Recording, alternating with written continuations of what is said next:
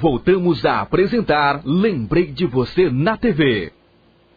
Bem, pessoal, nós estamos aqui agora no Hospital HGO, no gabinete da doutora Fernanda Natália. Estamos no nosso segundo programa agora com a doutora, para o programa Lembrei de Você na TV, um programa diferente para gente diferente. Doutora Natália, agora nessa segunda programação nossa, vamos falar sobre o mal maior que tem na sociedade hoje, é hipertensão arterial, que anda matando as pessoas, né? Vamos começar a falar nisso aí? Então, a hipertensão arterial no modo popular, é a pressão alta, né? Pressão alta. Né? É uma doença que acomete a maioria da população. Tem mais um predomínio assim, na pessoa já após os 45, 50 anos. As mulheres, após a menopausa, têm maior risco de desenvolver pressão alta. E é uma doença que é controlada com medicamentos e fatores, medidas de prevenção, facilmente controlada, se caso a pessoa aderir ao tratamento e às medidas de prevenção. A pressão alta, a grande preocupação de nós médicos da pressão alta é que um paciente com pressão alta ele tem um risco muito grande de ter um acidente vascular cerebral, que é o famoso derrame cerebral, né? A gente ouve falar muito. Esse tal de AVC, eu fiquei preocupado com esse negócio de AVC, que é isso? Então, é acidente vascular cerebral, né? Então, o que acontece é que a pressão do sangue é tão grande que pode faltar sangue no cérebro ou pode sangrar o cérebro, né? E nisso, as pessoas, os sintomas mais comuns do AVC são o quê? A pressão, um deles, um fator de risco é a pressão alta. A pessoa começa a sentir muita dor de cabeça, a pessoa sente dormência nos braços, não consegue falar, tenta falar, fala arrastado. Às vezes sente dormência num lado só do corpo, às vezes não consegue andar. Às vezes são sintomas que muitas vezes não acontecem assim de um dia para o outro. Às vezes começa e vai piorando ao longo do tempo ou em algumas horas. E uma coisa muito importante de lembrar em relação ao AVC é que é uma emergência. Então, se você sente aquela fala arrastada ou dormência nos braços ou nas pernas, é importante procurar um médico imediatamente. Doutora, outro dia eu fiquei meio assim, parece que os lábios tinham crescido, né? Parece que incharam, normalmente, né? Uhum. E eu estava sentindo assim, aquele peso na língua ao falar. Uhum. Isso é um sintoma também? Também, pode ser um sintoma. Outra coisa que eu esqueci de falar é o ataque transitório isquêmico, né? Que é um começo de AVC, que o pessoal mais para entender melhor, né? Então, o começo de AVC é que ele vem e ele passa sozinho os sintomas. Então, às vezes, você começa a ter os sintomas do AVC, mas, na verdade, ele passa sozinho, você acaba... É um sinal também importante para ir para o hospital, mas é importante você estar controlando a pressão por conta disso. Se a pressão está normal, não só uma vez no dia ou uma vez na semana. O que é importante esclarecer para a população que quem tem pressão alta tem que tomar um remédio todos os dias. Não tem como você falar, eu tive pressão alta, agora eu não tenho. Agora eu só tomo medicamento quando eu sinto a boca adormecida ou sinto uma dor de cabeça. Né? A pressão alta ela tem que ser controlada sistematicamente. Então não deve ser só feito o uso da medicação quando sente algum sintoma.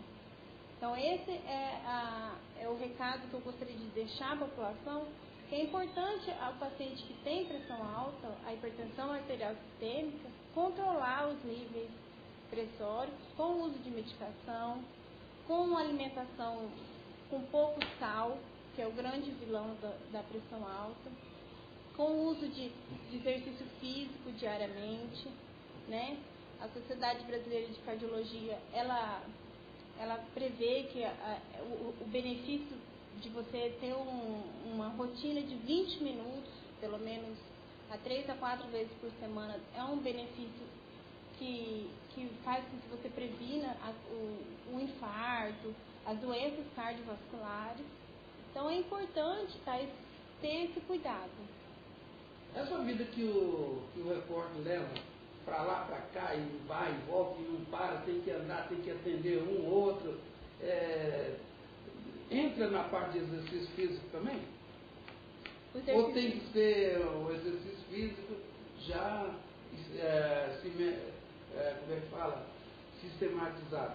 Isso é importante. O exercício físico que nós médicos pedimos, né, e prescrevemos aos pacientes, é um exercício físico que ele vai de 20 minutos, mas que ele seja com esse objetivo, de você fazer uma caminhada, de você fazer uma hidroginástica, uma natação, mas com aquele objetivo, que você esteja focado naquilo, para que possa ter o benefício do exercício. Não adianta o senhor fazer essa correria do dia a dia, não tem benefício, porque você está sob estresse. E o estresse, ele já é um fator de risco, não é um fator de benefício para a pessoa. Então, é importante você tirar aqueles 20 minutos de caminhada para poder estar estimulando o organismo, para poder estar liberando os hormônios de prazer. Você vai ter a frequência cardíaca, vai você está praticando exercício, a frequência cardíaca ela aumenta, você perde peso, você relaxa. Então, assim, tem todos os benefícios do exercício, tem que ser naquele objetivo, não adianta ser no dia a dia. E os que têm filhos, e eles entram dos 12 anos em diante, na época dos aborrecentes, isso aí traz transtorno também para quem já tem uma idade assim, já um pouco para lá da metade, e começa a teimosia dos aborrecentes, e isso aí traz também um transtorno na questão da pressão alta? Sim, assim, a pressão alta no adolescente... Também, não, na gente, dos pais. Nos pais. Os aborrecentes trazem dos pais, o problema com os pais. Sim, é porque o estresse, né, do dia a dia, ele é um fator de risco. Então, se caso a família está passando por estresse, a adolescência é um período de transição, né? Então, deve... o adolescente está passando pelaquela fase onde ele não é criança, ele não é adulto, né? Então, assim, os pais acabam passando pelo estresse de estar convivendo com aquela criança, com aquele adolescente que se impõe, né? Que quer fazer aquilo que ele quer. Então, assim, acaba prejudicando a saúde do pai nesse sentido, né? Então, por isso que eu falo assim que às vezes tirando um tempo para o exercício físico, para ter uma alimentação saudável, acaba tendo mais benefícios. Porque a fase mais difícil que eu encontrei nos filhos, e acho que o pessoal que tem filhos dos 12 anos, 15, 16, 17, é essa.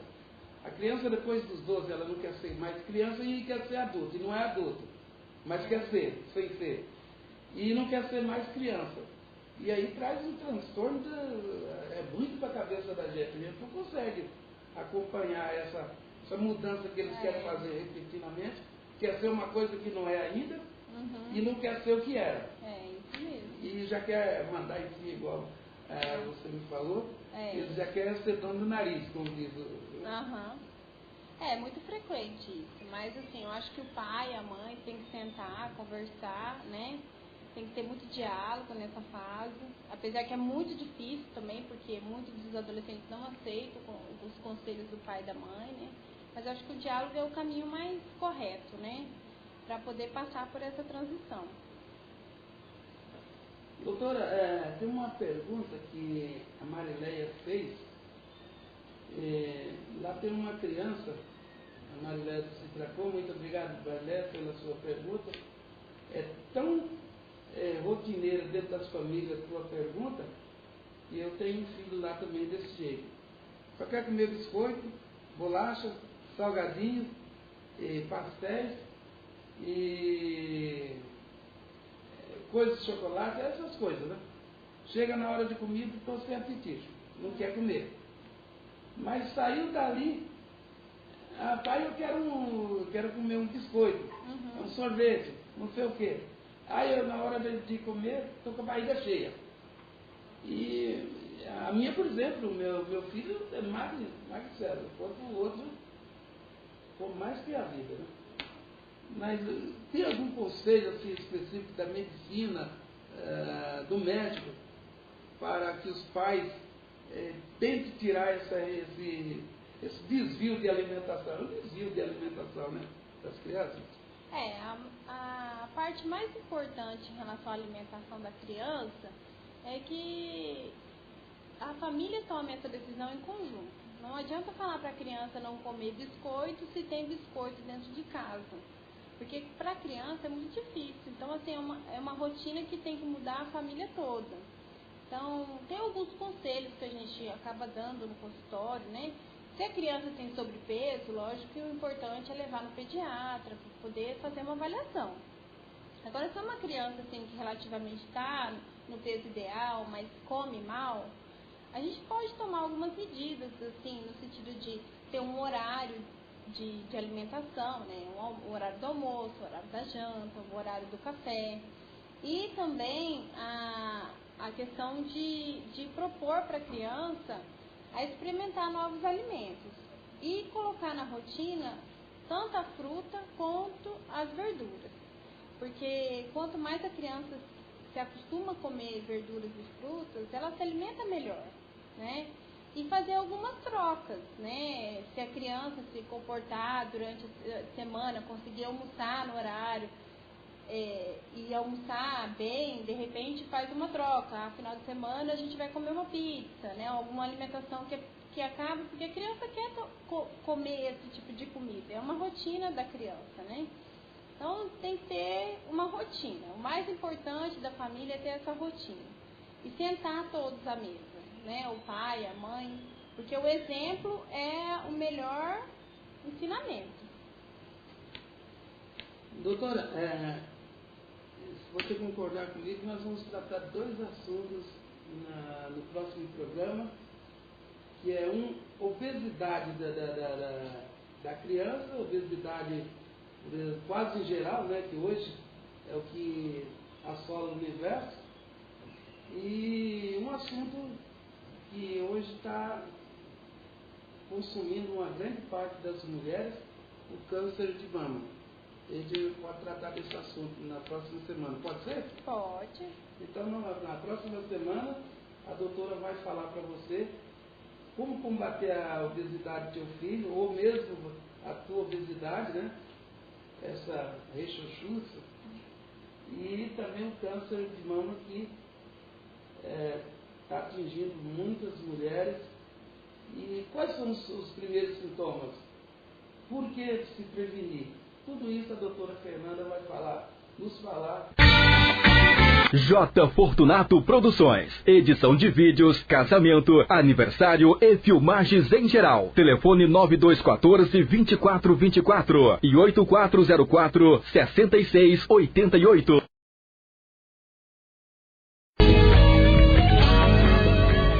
Olá, você que nos assiste, você é nosso convidado especial para estar participando juntamente conosco da comemoração do 42º aniversário de Fundação do Tempo da AD Cacoal Ministério de Madureira, com o tema Esperança e Recompensa, em Zacarias 9, versículo 12.